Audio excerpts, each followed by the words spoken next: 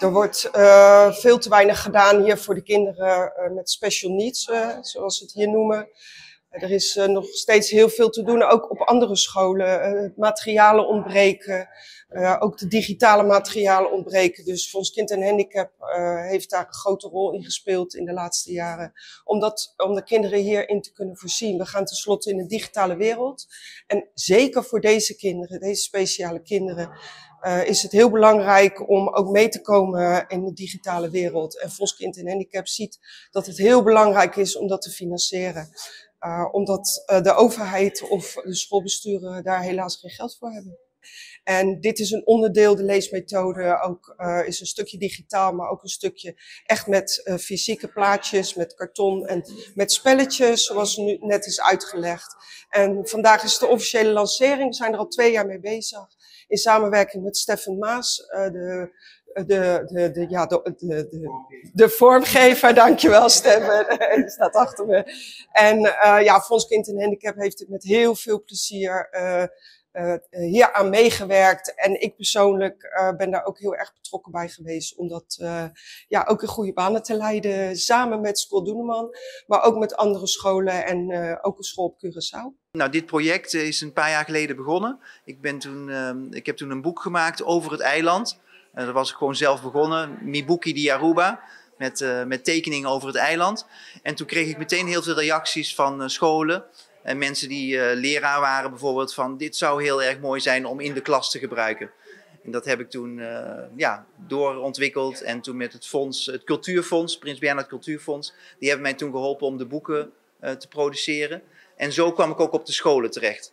En toen kwam ik op deze school, School Doeneman.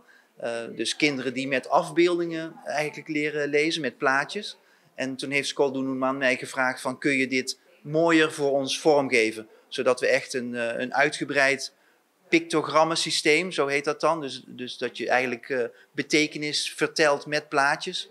Dus zij vroeg aan mij om dit ja, verder door te ontwikkelen in echt een leessysteem met afbeeldingen. Esse aqui é super bonito projeto para mostrar que na nossa escola tem muito mais dificuldade com o lesamento de palavra. Então nós a começar por de 2013, bom de mês, trabalhando método de sinalesa com pictos, plache, em vez de palavras só. Então, tur colega a cooperar na traha e book nang aqui, basari ba tema nang, e na 2020,